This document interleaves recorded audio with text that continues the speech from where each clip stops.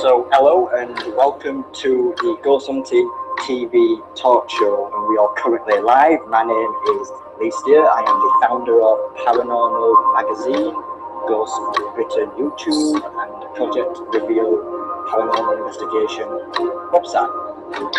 My name is Chris Beach. I am a student at of parapsychology at the School of Parapsychology. And I'm also an investigator for Norfolk Ghost Hunters in East Anglia in the UK. We are obviously three girls in the dark. My name is Emily. I'm Gina. And I'm Christy. And we basically do exactly what our name says. We sit in the dark, the three of us. Yeah, I'd echo what you're saying. It's more that we don't acknowledge the way in which that EVP has been captured and presented as evidence of paranormal. You were talking about ethnics. Now let me just show this to people. This makes me absolutely sick. Thank you for having me on, by the way. No problem. So my name is Sophia Temporelli. I'm 16 years old. I've been a radio host since I was 12 years old on liveparanormal.com. My show is called The Ghost Host, and I've been in the paranormal field since I was 8 years old. I call myself para-confused. I tend to, when I came into the field, I thought I had my belief system, solid. I think, Lee, I've always had an interest in it, to be honest, ever since I was a child. And growing up in this island, this fair green island in Ireland, certainly there are plenty of things which go up in the night. I think it is very, very important to understand, if you are checking out, to understand what it is. Personally, I'm a great believer in recipes and cooking that we have. Gina over here is kind of like a borderline. She's borderline. So I like to say she's a flappy screen door. Sometimes things can get in, sometimes things can get out, sometimes nothing. Please bear in mind that those facts, if you're investigating and you think you're having a paranormal experience, we think, am I on medication? What have I drank? What have I eaten? Just as a basic, really. And that in itself, that's my take on possibly why we see, along with the popularization, of course, of the paranormal TV shows, which is in the decline, which is in the sharp decline, I might add. If there is any spirits here with us right now, who can use the spirit box to communicate with us, can you try and say the guy's name who is hosting this show? Can you try and say his name? Can you try and say Lee? Lee. There you go. Did you hear that?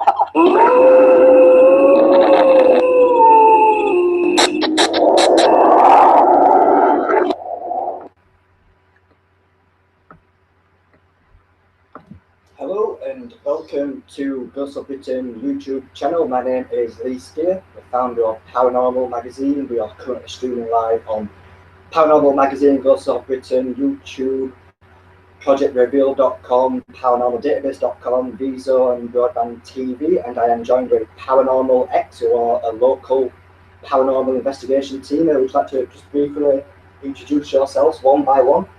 My name is Mark Smith. I am founder of Paranormal X. I am lead investigator for Paranormal X, and I'm also a psychic medium as well. I'm Steve Coolham, and I'm a paranormal investigator with Paranormal X. And I'm Emma Coolham, also a paranormal investigator for Paranormal X. So, what started everyone's search into the paranormal, starting from Mark? Well, with me personally, the whole paranormal experience actually started with getting invited on a ghost hunt with your very own team many years ago. That's kind of where my foot got put into the doorway with this. So I really have you to thank for where I am today, so thank you. No. With me, it's basically, when we moved in this house, there were a lot of strange stuff happening, really weird stuff that we couldn't explain, like we had a kids monitor to watch kids on, and we were a black and white monitor, and we get red orbs floating across screen. And I know y'all thought on orbs, but we got orbs floating across screen and stuff. And one of the nights I was going upstairs, it really on, so I weren't tired, I weren't sleepy, it was about 8 o'clock. I sat on chair, I was just going upstairs, And just at the top of the stairs, I looked up just as I went upstairs, and a shadowy head and shoulders just disappeared across the top of the banister. I absolutely tacked myself, legged it straight to the bathroom, legged it back downstairs, and this experience we've had in this house got me to get into the field. Yeah, same here really. Ever since I was really young, I've had really strange experiences that I can't find an answer for. I'm sure you relate, but no, I can't seem to find an answer for, and it's something that's gone on all my life. So when Mark gave us this opportunity to join this group, I jumped at a chance. Awesome. So why the name Paranormal X? What does it stand for? Well, paranormal is a word that is often thrown around without people really realising what it means. Paranormal doesn't just mean spirits and ghosts and hauntings and that sort of thing. The word paranormal actually means many things. You know, everything from Bigfoot and Loch Ness to UFOs, aliens, as well as obviously spirits, ghosts and that sort of thing. The X is kind of like X-Files. X is basically just a letter which represents the unknown. So it's kind of like the unknown. Paranormal X. Paranormal's unknown, the X is unknown. So that's kind of where we've got the name. Yeah, so I've been watching a couple of videos of what you've been doing. So a question for everyone would be, from the investigations what you posted up on Facebook, has it changed your viewpoints at all? I would have to say for me personally, I've been a believer in the afterlife for as long as I can care to remember anyway. Me personally, I would have to say it's not changed me to being a skeptic or an unbeliever or anything. Yeah, I've had experiences, yeah, it's made me, you know, I've had experiences where I've been scared, I've had experiences where things have happened that have been explainable and not been down to a spirit or a ghost or paranormal at all. But on the whole, I would personally say, no, I'm still a very much of a believer in the afterlife. I'd have to agree with Mark, to be honest. I was a believer before, and we've done like 4 investigations or something. I'm still a believer now. It's not changed. If I'm more of a believer, and it's like it's opened me up more to religion as well, which I weren't open to before. I was sort of an atheist before, but just the simple things that have, just some simple small things that have gone on, it's just opened me up to religion.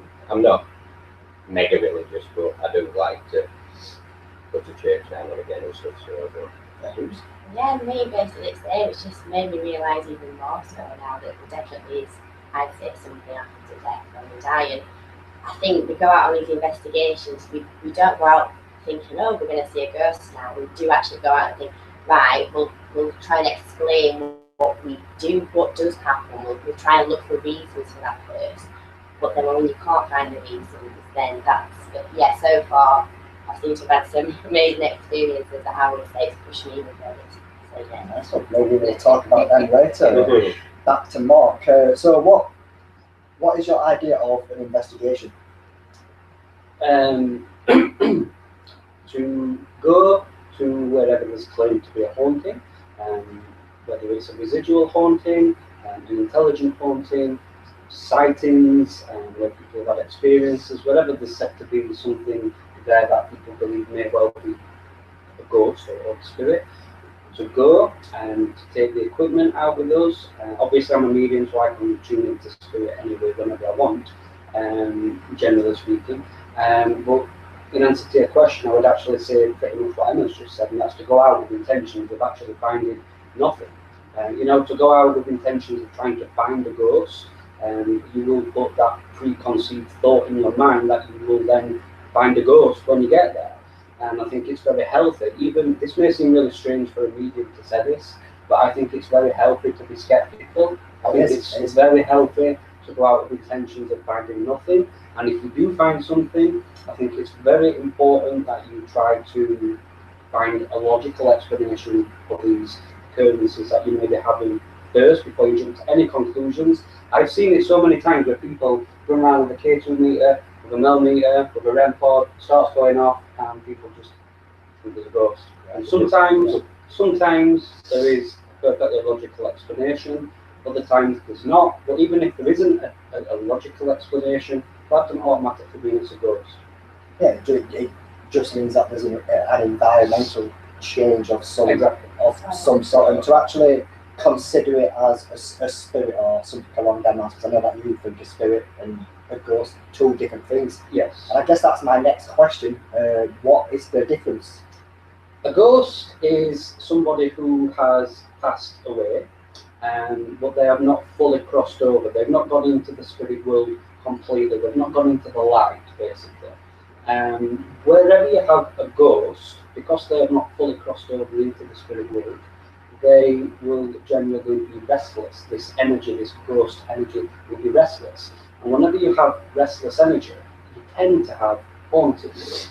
A spirit, on the other hand, is somebody who has passed away, who has not really been a ghost at all. They've just come straight into the light, straight into the spirit world. They're not restless. They're not, they don't have a physical body. They don't have any sort of conditions. They don't have any sort of diseases, ailments, problems, or anything like that. They are all at peace. So basically, a ghost is something that is very restless. And whenever you get a ghost, you generally have a haunting. A spirit, on the other hand, is somebody or something, an animal perhaps, that's fully crossed over into spirit and is generally at peace. I say generally, it's not always the case, but more often than not, that's pretty much Fair news. I'm going to go back to what I just said a bit ago, actually, electromagnetic fields. What are your two opinions on the K2 meter or Mel meter? What do you think they're worth? I think you've got to, when you first go around a property building, you've got to definitely do your checks first. Make sure there's nothing there that's, sweet.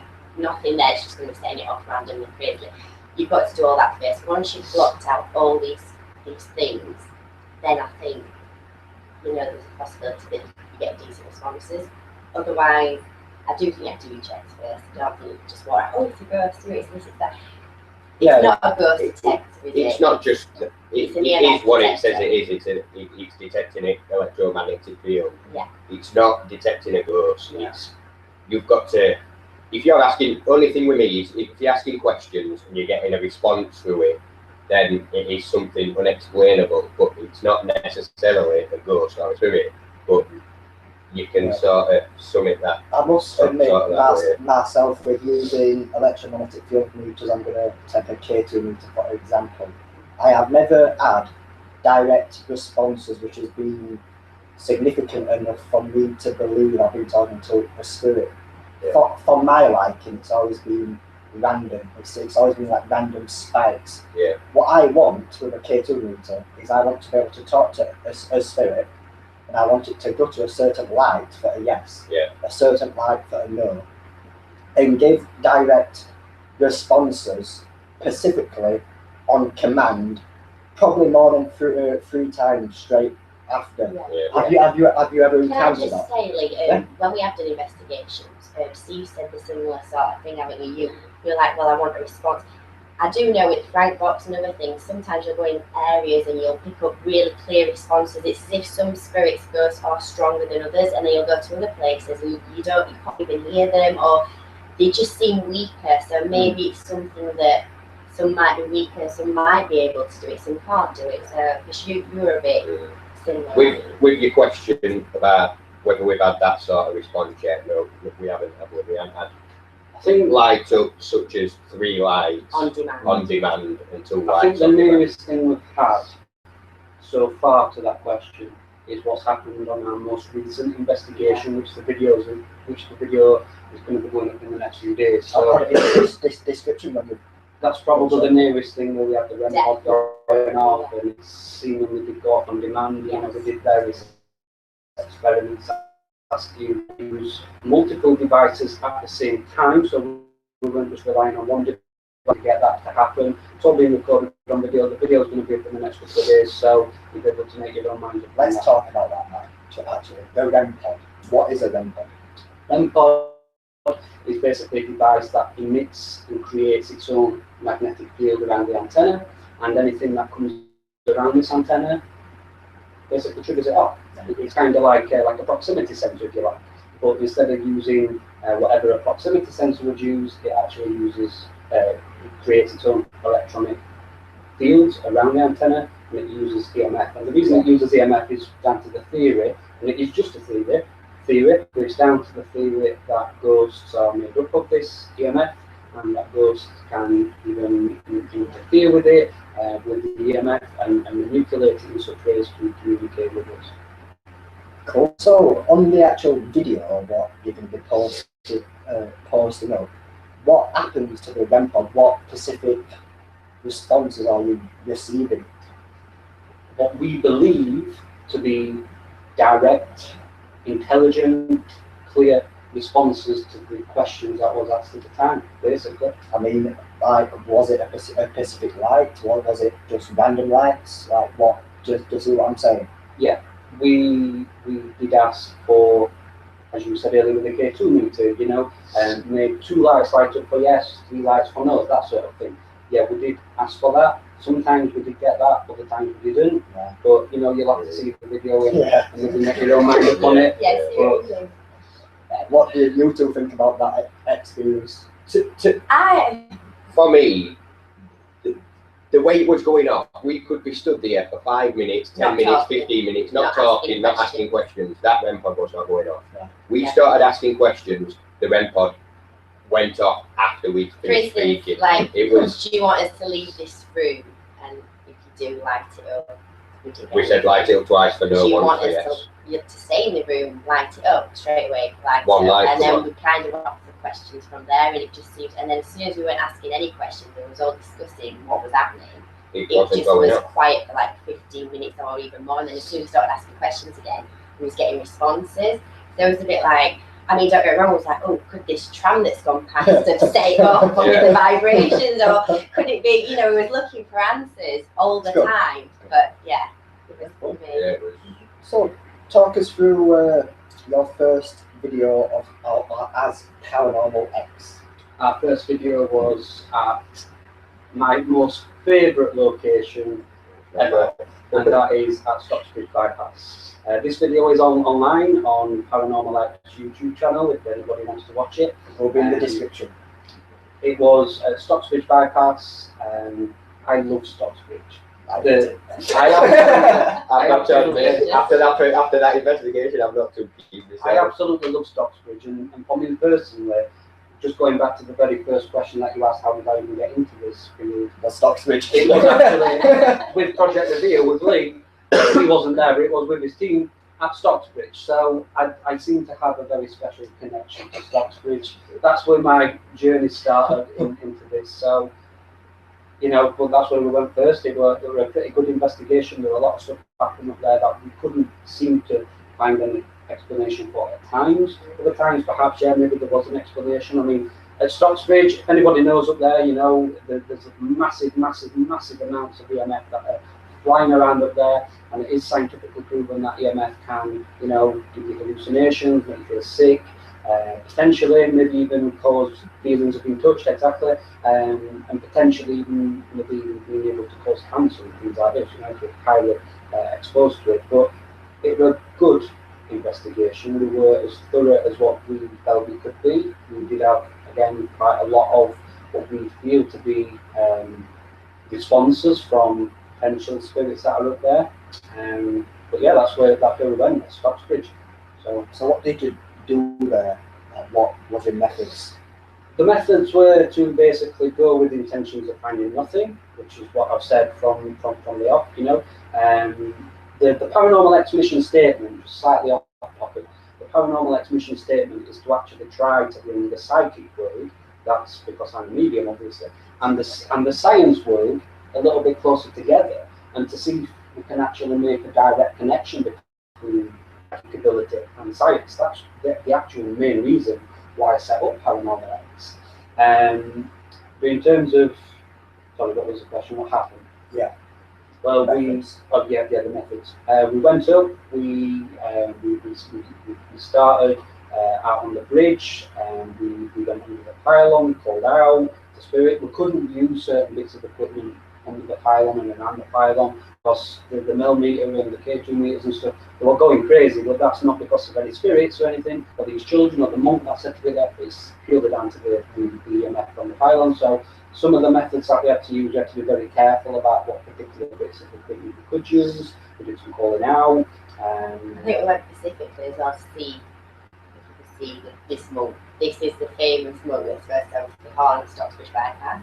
And we went there to see if we could get anything from him, which was pretty amazing. On the spirit box, we did actually get it say the monk. I mean, we were saying, can we just clarify who we are communicating with here? And it just says as clear as anything, the monk. And then Mark says, did that just say the monk? Which was a bit like, wow. And then when he asked again, we got, he's skeptical. Because he was asking again who because I was doubting, the we want potential to make spirit it being the so monk. clear, don't we? Yeah. But one thing we did do, we did use the melmeter, didn't we? And we didn't use it for the investigation, just to see what readings we were getting. Yeah. And when we was up near the pylon, it was masses of readings everywhere. Then all of a sudden it just dropped to 0, and it stayed at 0 for quite a bit. Which at first I don't think we could figure out why that may have happened. Yeah. But thinking about it, I actually think it's more likely that happened. That 1 minute we suddenly got masses of EMF picking up on the millimeter, and then all of a sudden it's not, and we've not moved anywhere. We're still under the same pylon that's radiating out thousands and thousands of milligauss of EMF. I think it's about it. I actually think it's down to the fact that the millimeter is a single axis meter. Do you want me to give my opinion on why that? I'd love Yeah. I'd absolutely love it. Educators.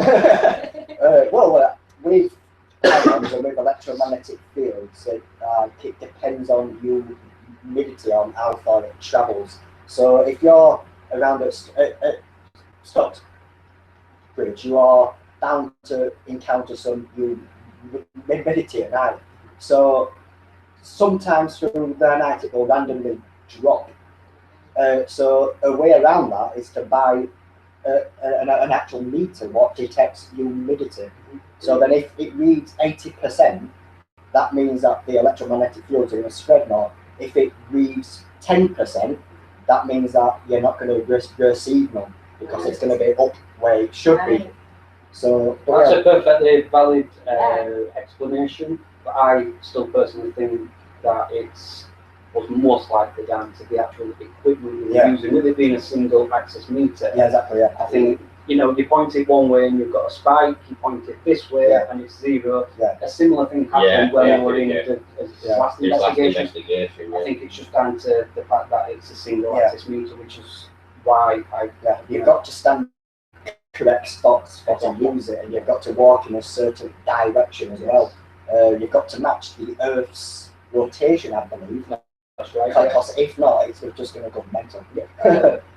But yeah, I think it's important that people actually research the equipment, what they actually use. So when it comes to electromagnetic fields, don't just watch TV shows and say, oh, let's just buy one of them and go out and see if you can talk to dead people. No, actually go out and research it, what it's for, what it's used for. Definitely. Which I'm assuming you all have looked into a bit. Definitely. Yeah, we do. Obviously, I've had. Correct me if I'm wrong here, but I think I've had probably a little bit more maybe time working in the paranormal than what you guys have. I'm not going to discredit your experiences that you may have had, but obviously with me being a medium, I'm always working with spirit. There isn't a day go past where I don't connect with some sort of spiritual energy, whether it's in a reading or whether it's on an investigation. I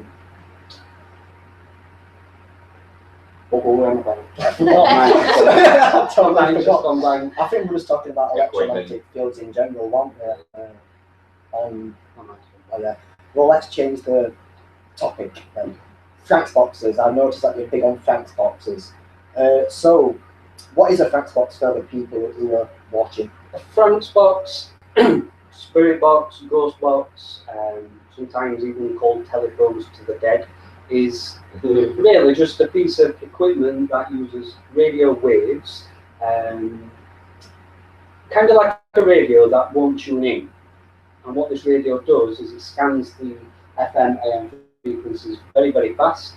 Some of these spirit boxes, ghost boxes, you can actually tweak the settings and this and the other. But in basic form, what these spirit boxes do is they use radio waves. And they will not tune into a station like a regular radio would. You turn it on, press scan, and it will just keep scanning all the way through AM, FM, whatever frequency you're on.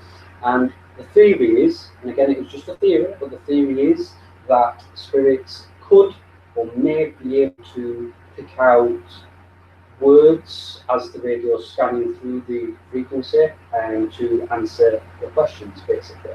I personally swear by the spirit box. Yes, it is open to speculation. Yes, there will be sounds that you hear on there that is music. Why are you looking at me? Because you don't believe in the spirit box. I personally swear by it, and that's purely down to personal experience.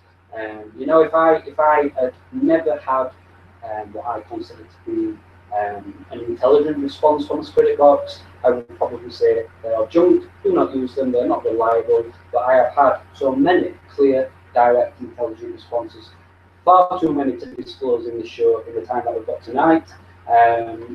But I've had that many, I can't say that they don't work, because I really believe they do. Do you know, I got so much stick from that show that what you came on, and it said E.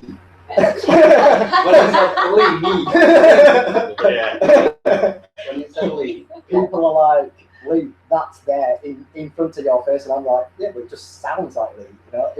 I get that. It could have said Earth, though. It could have said something totally different. Yeah, the fact that it's that close. It said your name. That is just too close. When you're getting that on a night, it's like... And what you've got to remember, everybody, is that particular show was live. You can't make this stuff up when stuff's live, you know. I asked for Spirit to say your name through the Spirit box, and it did seem to say Lee. Yeah, I know, and I got so much stick. But yeah, you know, it's like, for me, it sounds too good to be true. My argument is, why do we need? Why does it need to scan radio sounds? Surely, if a ghost is there, we can block out the radio channels completely. This is what and it would say without the help of real live sounds. My explanation for that is very similar to, because I'm a medium. A medium is basically the bit in the middle. A medium is the bit that allows spirit to come through. The medium is a telephone line. Perhaps, well, it is, in essence, the medium is a telephone line between this world and the next, and I'm the bit that the spirits come through, so to speak. Perhaps the equipment, the spirit box in question, is acting like a medium, is some sort of tool, really, well, it is a tool, but some sort of medium for the actual energy to come across. And because we can understand what radio is saying, because there's people talking on radio, you know, and we understand what they're saying when there's these broadcasts going on. Perhaps that is why Spirit used these devices, Spirit boxes in question, because we're going to be able to potentially understand the responses that come through. If without the Spirit box, if Spirit were to speak to us directly, even when Spirit speak to me directly as a medium, I don't always understand what they're saying. And I think that's because they're in a different realm. They're on a totally different frequency to us. The energy vibrates much higher, sometimes much lower, than what our ears can actually pick up. So, in answer to your question, I would really say it's down to the fact that the Spirit box is, in essence, kind of acting like a medium, a bit in the middle for the spirits to come through and over. We have, though, actually, in this house, when as kids were younger, we had a baby monitor. So it was actually a video monitor, so you could see everything. And we'd actually got what we thought was a spirit talking through this monitor. Now, that's not a radio, that's not something tuned through, and they did actually communicate. And it was to the point where I was looking outside the windows to see if somebody was out on the street shouting, and it was very robotic. It came through this monitor, didn't it, Steve? So I think there is. They can do it. Yeah, I think that's the type of thing what I want to see, because with a Frank's box, I respect why people use them, and it's entertainment and such. But I don't knock people who use it. You know, it's what works best for you. And I must admit, from watching your videos, it does work for you. And I personally use them, and I get nothing. Yeah. It says nothing. We've had times. It never says nothing. We've also had times where nothing comes when you through. really, I think that opens you up even more to make you realise, wow, the location it's been so frequent, it obviously was something to then go somewhere else and then it not even work with. For me, why is it not working? The challenge of you asking a question, if you could have radio on all day, you could ask a question and you won't get a response back off the radio, random words, the chance of doing it over say half an hour and get so many back, you've got more chance of winning lottery than you have of getting these intelligent responses I back. think even as well to get a full sentence, because obviously it's scanning through so many radio waves really quickly, you're going to get words, but to get full sentences, that's just a bit more. I must admit, a full sentence would convince me more than Yes.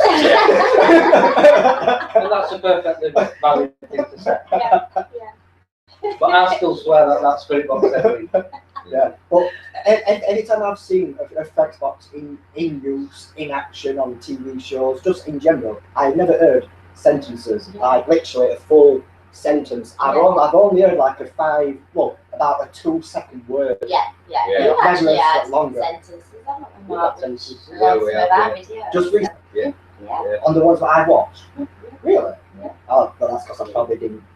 I do think Spirit Box is more open to skeptics to obviously say things about them, because we was very similar to that. Yeah, I was very skeptical. Come on, you're about gonna them, hear it's radios, you're gonna make words out of it, and that's what puts me off. But we have had so many good responses from them. We've had it actually saying, I know Mark Smith, it's a common name, but we've had it saying Mark Smith, and we've had it straight away, which really at a point when we were asking a question about Mark.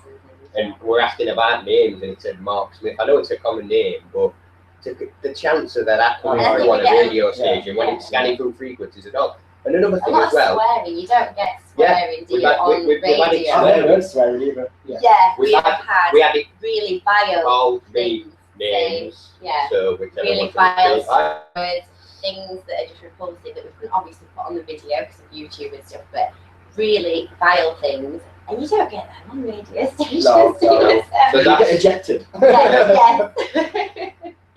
We've had it saying quite a lot of stuff that obviously we can't show on footage as well, because it could offend people. Yes. So and then responses that we've had, it won't say that stuff on radio. You just cannot say that stuff on radio. Well, I think it comes down to personal preference about it, and I think that's what it comes down to. It doesn't matter what I think, it doesn't matter what people watching think, it matters what you think. What you think is out there. I can see why they're massively open to skeptics, and it's easy to see why, but when you've had the responses with that, and we don't think that. I was like, well, fair enough. But you're getting this same voice coming through and he's saying what he wants to do to you and really nasty things. You start, for the rest of the night, then you start to think, oh, that's another thing as well. We've done, going on so many investigations, we've had the same, like 2 of the investigations, complete different places, complete different areas. It's not going to be the same radio station or the same voice. We've had them on 2 different, the same voice. Maybe targeting it was directed at me as well as I've noticed that target. Almost seems to be one following you around. This is on 3 investigations that we've done. We've had this thing that seems to be, and it's a similar voice. Whether it is the same voice or not, I don't know. It's a similar woman's voice, isn't it? And it's, So from Stockbridge, how did it leave every single one of you, starting from Mark?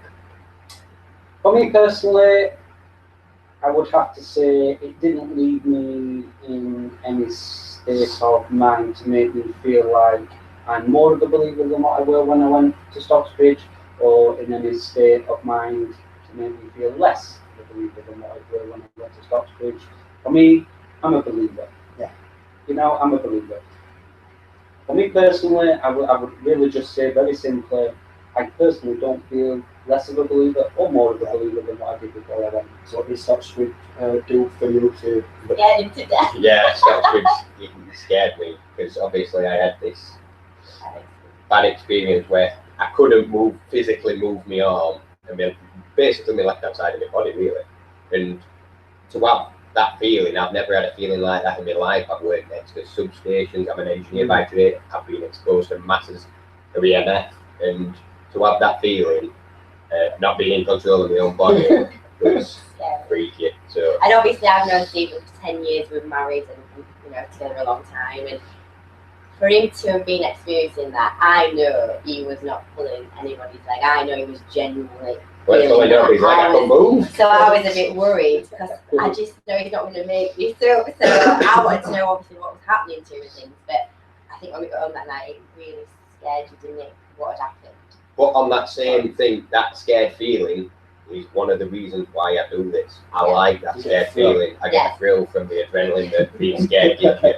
And also, it's all about proving to myself that there's something out there. Yeah. Proving to myself that there's something after death. It's nice doing videos and that for other people to watch as evidence gathering and that, but for me, I do it for my own proof. That's good. For me to prove to myself that there's more stuff out there. It's not about doing it for other people. It's about I want to see a ghost stood in front of me having a conversation with me, my granddad or my nan. But whether I get that or not, that's a different story. But that's what I want. With the Holy Grail of Paranormal, Doing this, so even if I did get that on video footage or anything, I'll still say it's not real. Yeah, like, if I was to have a conversation right now with a spirit in front of me, if you want, I would actually not trust myself. Yeah. I truthfully want. So I would need camera footage to back up what is happening. So if the camera sees what I'm seeing, then I would probably believe it then. But if I was just to encounter it myself, I'd be like, what have I eaten? What have I been drinking? Have I had enough sleep? And I'd be like, The other thing to bear in mind as well, and this may again seem very strange coming from a medium, but again, it's because even though I'm a medium, and even though I believe in the life, and even though I've connected with many thousands of spirits and been on hundreds of investigations over the years and helped and healed so many thousands of clients that I've seen over the years, it's still very healthy to be skeptical. And the reason I'm saying this here is, even if we physically caught a ghost and put it in a jar, for example, and said, there's a ghost in this jar, and it was on the news, and it was, and that was the evidence there in that jar. How do we actually know that what is in that jar is truly a ghost? Because none of us really know what a ghost is. That's why this field is called the paranormal, because it's so how would we even know if what you caught on this camera in front of you and what you could see with your own eyes was actually a ghost? How would you prove that it was a ghost, even if you had it caught in a jar? Put the lid on tight so it can't get off. Yeah, I get it. How do you know it's still a ghost? I get it. And that's me saying that as a medium. I'm just putting that out. It's good. That's good for to think like that as well, because we obviously don't know what one looks like, because it's not been scientifically proven to even exist at this point. And even if it was scientifically proven to exist, further on down the line, it can actually be disproven again. So we are constantly left in a catch-22 situation where when we find something, it can actually be wrong still. It can actually really not be there. We only understand science. Years ago, we're flat really. Exactly. That's what I'm saying. We only understand science as far as our brains allow us to, with how far along our evolutionary path as human beings are, as advanced as we are. We can only understand science as much as our brains allow us to, using the knowledge and the technology that we have. But yes. Well, yeah, science, it's constantly evolving, and you cannot actually trust science to tell you everything, because science is wrong probably more than what it should be right. So that's a scary thought. Just very quickly, just keeping on this topic. With me being a medium and a total believer in all this, I'm still healthy to be skeptical attitude towards the work that I do. Science does say, only as far as we understand science, bear in mind, but science does say that energy cannot be created or be destroyed and can only change form. And if that statement is true, which science says it is, so therefore it most likely is true, if energy cannot be created, how did we get here as human beings? We are a form of energy. Yeah, that there, in my arm, that's energy. But energy can't be created. So how did I get here? Energy cannot be destroyed, it can only change form. When I die, where does this energy go? Because science says energy can't be destroyed. I can remember reading a paper from the School of Parapsychology, and it said that everyone contains energy from the earth, and it is all as one. So when we die, our energy goes back into the ground, and it's all stored as one. But what that energy is actually used for No one knows. Nobody actually knows. It's a bit too much scary thought, isn't it? Yeah.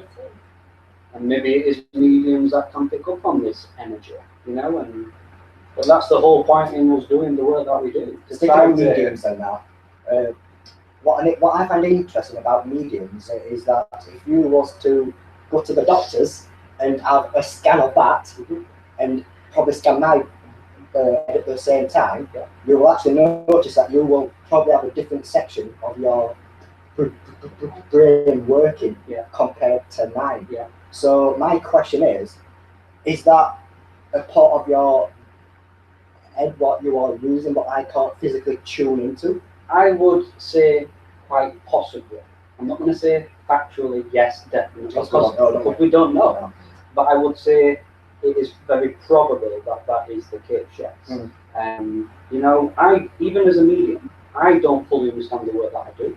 I'd be lying to you if I said I did. I don't think anybody, even world famous mediums, you know, these household name mediums and stuff, even they, none of us know the real truth to anything, which really is why I set up the group that I've got, and why Lee does the work that he does, and why all the people who are watching, some of them will be investigators, some of the skeptics. That's why there is a paranormal industry, because we want to, well, the majority of people in the paranormal industry do want to try to find out if it is real or if it's a load of nonsense. Yeah, I've also got to add as well that not everyone would have started for that reason. There'd be a lot of people out there who noticed a market for the paranormal industry, whether it be equipment or TV shows. They are from a target niche what they know they can trick people in, and that is what I want to try to sway away from in the community. The paranormal industry, as far as I'm concerned personally, I think is a very damaged industry. You know, there is so many people out there who just use this industry as a money-making scheme. They use it as a way to try to maybe gain fame and fortune, this sort of thing. And that really does damage the reputation of those who are genuinely trying to find answers. Naivety damages it as well, like we're not understanding the equipment properly and they're jumping on everything as this is a ghost, this is a ghost, this is a ghost. That damages the field more than anything else. And I think that's what we try and I think you need a good get team away together from. that you know you can trust these team members you're with. You know nobody's going to do any of these pranks. I think you need to know, you know, who you're with and you can trust them. And I will say this as well. Definitely. The first time that I ever knowingly give information that I know is not truly from spirit, using this for fame and fortune, and using this for some sort of personal gain, I will hang up my job as a medium. That is how passionate I am about keeping it real, keeping it serious, and trying to find out what happens to us when we die. The first time I ever knowingly do anything that, as we've said, you know, is a setup, is a fake, just for the sake of doing it, to get numbers, to get fame, to get fortune, I will stop working as a medium, and those days will be over. And that is how passionate I am about trying to find out what happens when we die. For me, it's not a case of proving anything to anybody else, it's proving it to me, so I'm not going to trick myself, so it's pointless. Yeah, I've got a different motive now compared to what I originally started with. I originally started to find out the question, do ghosts exist? And through time, I've noticed so much changes in the community where I'm like, I really don't want to be doing this now because I can't trust what I see. So my aim now is, it might sound a bit crude on me, but I want to try to educate as many people as possible, including myself and including everyone watching, because there is no one who knows everything. And if they do claim to know everything, then just leave, just go away. There's no hobby, job or anything where you're not learning new stuff every single day. Every investigation we go out on, we're learning new stuff. Every time you go on the internet and read about something, you're learning new stuff to do with equipment, to do with what people are doing in the field and stuff like that. And the same applies to me as a medium. every time I make a connection with spirit, every time I go and see a client, I'm learning. We're all learning. And we all need to be educated on the paranormal. Yeah. What I would say to the people watching, if you're interested in actually joining the team or even making your own team up, I would say start small. Start local, start small, start with a few pieces of equipment. Don't buy everything because you're not going to understand it.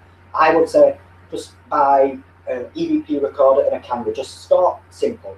And then just go out there, watch other people's videos, watch shows like this, and you will actually learn quite a lot from it.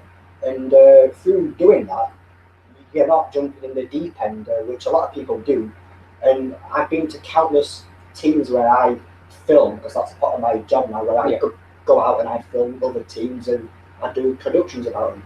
And basically, half of them don't even know what they're talking about. They don't even know what the equipment's for. They don't even know what it's called. And it's like, that scares me. And that is what damaging. That is what's damaging. That's what's damaging this industry. And that's ghost hunting companies. I'm not going to say names because that's wrong of me, but ghost hunting companies, not every ghost hunting company is out there for the wrong reasons, but there is out there for the wrong reasons, just to that.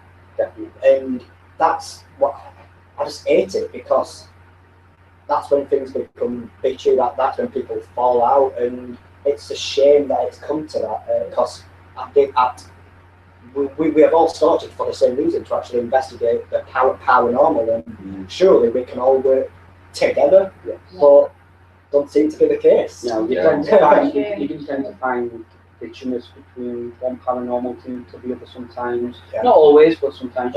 It's the same with mediums. You know, the amount of bitchiness that I come across between mediums is unbelievable. You know, one medium won't speak to the next. You know, you could have 3-4 different mediums in the same village and they'll not speak to each other. They all hate each other, and I don't know why that is. Surely we should be working together, pulling together to try to find out ultimately what happened when we died. Now, the main thing I want to talk about, private house investigation. Tell us about it, Mark. The one in Barnsley. I'll keep it short because I think we're starting to get towards time. The client in question, she may be watching now. If you are, hello. Called me up months and months before I even set Paranormal X up, because she believed she'd got something happening in her house that she couldn't explain. To cut a long story short, I went out to this house, walked around as a medium and told her what I felt. Did take out my equipment, because when I go out to do cleansings for people in people's homes, what I like to do is try to give them as much credible evidence as physically possible, rather than me just walking into somebody's home and saying, yeah, look, you've got a demon in your house, type of thing. If I can take some equipment out, that may be able to help support what I'm saying, so that she knows that I'm not just stood there making this stuff up. I did all that. We do believe, me and the clients in question, that we did prove, as far as I'm concerned, that there was indeed a demon in this property. I cleansed the property. I genuinely have quite a high success rate with cleansings. You know, I do it once and they work. This particular property, again, it's time to learn. I'm still learning, you know. But this particular property, I ended up cleansing it 3, maybe 4 times. She ended up having the priest in there. He blessed the property. Things were still going off in this house that she couldn't explain. Things from children being physically harmed, being physically touched herself, seeing this apparition that she believes was indeed demonic, definitely not of human shape or identifiable as a human, you know, so definitely not a loved one, basically. And basically asked me to go back for a 5th time. At this point, obviously, I'd set up Paranormal X, so I used the opportunity to go out there as a team this time and bring Emma and Steve along and give them an experience with this, and to hopefully see if we can capture any more evidence of this demon that's said to be in the house, which we do very strongly believe collectively as a team that this is the case in there. Yeah, it was a good investigation. Again, that video is online if anybody wants to watch it. the description. Yeah, it'll be in the description. That video's there. Watch it, your own mind up. But as far as I'm concerned, that particular house in question is indeed plagued by. And obviously we can't use all the footage, like I said before, some stuff's just too crude to put on. So do bear that in mind when you're watching. There is things that we haven't put on that was really not nice. So before I talk about demons, I want to get your view of what happened on that investigation. What do you think about it? We obviously, we've been informed that this is supposed to be maybe a demonic entity of some sort in this building. So we was like, well, we'll go in and investigate, and we set up our equipment, and we did our sweeps first, and we did our checks first, and yeah, we just took it from there, didn't we? And yeah. Me personally, I went in thinking there's nothing here. Yeah. I've never come across anything that's been negative ever in my life. I just basically thought, demons and God, this is all. I weren't. This changed my view on God, this house. So bear this in mind. I went into this house thinking there's nothing, it's not demon house, it's not this, it's not this. It's my own personal view. Yeah. And it's just probably a ghost, but a bit of a knocked off one. Out, didn't we? And it changed my view so much to where I went and I saw my local vicar and he gave me a Bible and yeah, that. Yeah. So and I'm not a religious person. The background, I was more atheist than anything else, but that house has changed my view. So what was the breaking point to say a ghost was a demon? Like what happened to cross over that, if that makes sense? Say that again. What made you say it was a demonic haunting? Why did I believe it was demonic? Well, the first time that I ever went in this property in question, before Paranormal X even existed, went out, felt it was demonic as a medium, but that's not good enough when you're trying to provide peace. I knew there was something not nice in there, but I wanted to try to get as much clarification on that as possible. So, using some of the equipment, we got the Ovilus device out. I put the Ovilus on the bed, which is where this demon was said to be at the time, where I felt it in this particular room. We got the spirit box going at the same time. I basically asked the question, what are you? And the Ovilus instantly replied, demon. And the word demon came up on screen. I then asked, what do you want? And the spirit box said, the children. and the children have actually been harmed in this house by an unforeseen force. That there was the very first stepping stone to suggest to me that this truly was demonic.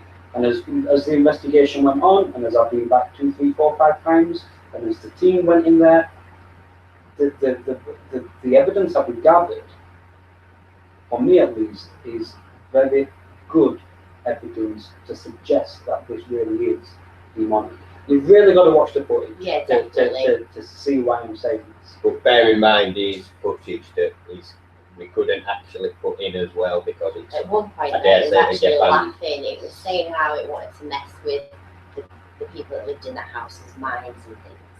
And then when I said you want to mess with people's minds, it just kind of did this evil laugh. It was just like, ha ha, really horrible. But this same voice just kept coming through constantly.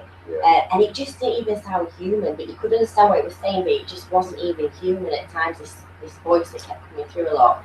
Yeah, it was not nice. And its intentions, it was all evil, everything it said. So you two as well are both convinced personally that it was a demonic haunting? Whether, obviously we don't know if there's God and there's demonic and demons, we don't know whether this is true. For definite, we can't prove it, but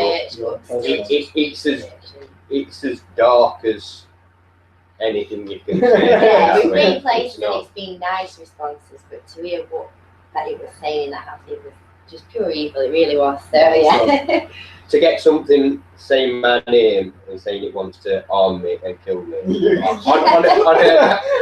a spirit box on more than one occasion through the night as well, and get physically poked in my back to where I jumped round and thought it was Mark or the girl that was there, and on the camera they didn't they didn't move to this, and it wasn't just a little poke, it was like a fist in my back. Yeah.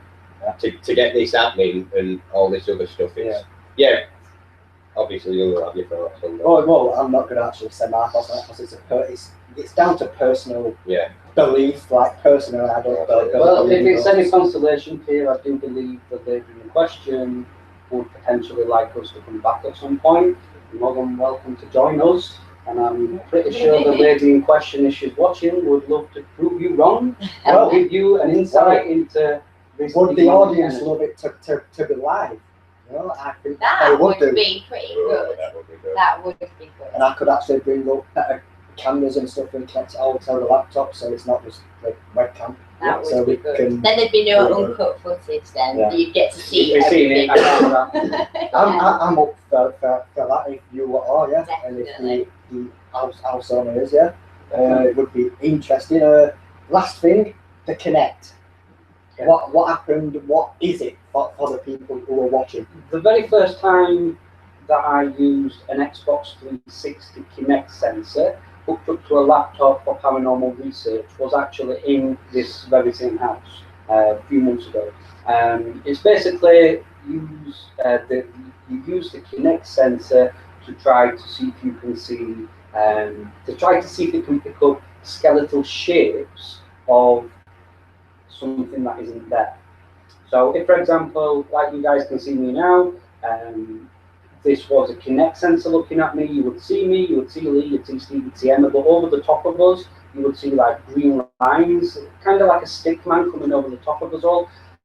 When you use the Kinect sensor and you're pointing it in a direction where there's nobody there, but you are still picking up a skeletal shape in the form of what could potentially look like a person shape, what is the Kinect sensor picking up on? And then if you ask it to wave, and then its arm goes up and it does this, then you think, are you actually interacting with something? Or you actually reach your arm down to where this is and its head moves? Yeah, this was another good proof, I think. Or you ask, like we did on our most recent video, which will be going online in a couple of days, for these spirit apparitions, for these skeletal shapes to come forwards and to walk over towards us on camera, and they actually walk over or appear to move closer to us. What are we interacting with there? What the hell is that Kinect sensor picking up on that our eyes cannot see? Well, luckily for me, we are running out of time. But I'm going to quickly say a piece on it. Actually, the Kinect sensor works on infrared lights. It projects infrared lights, thousands of dots, and them dots are monitored to see if there's any movement. This can be caused by wind, humidity, insects, flies, etc. But the Kinect sensor software, Stickman, is designed to pick up Stickman. So you will pick up Stickman. But I must admit that the video what you posted, I laughed about it because it looked good. Did you see that bit earlier when Steve actually put his arm down and it ducked out? And when we got the 4-degree temperature drop at the exact same time, you know, we're not talking about half a degree, we're talking about 4 degrees. And there's obviously only my word for it, but when that stick figure reached out and touched my leg, I felt something touch my leg. Very strange. I couldn't see what was going on, but I felt that touch my leg, and it touched my leg. It was. Yeah, fair enough, it could have been playing on my mind, it could have been that, but I know me deep down that touched my leg.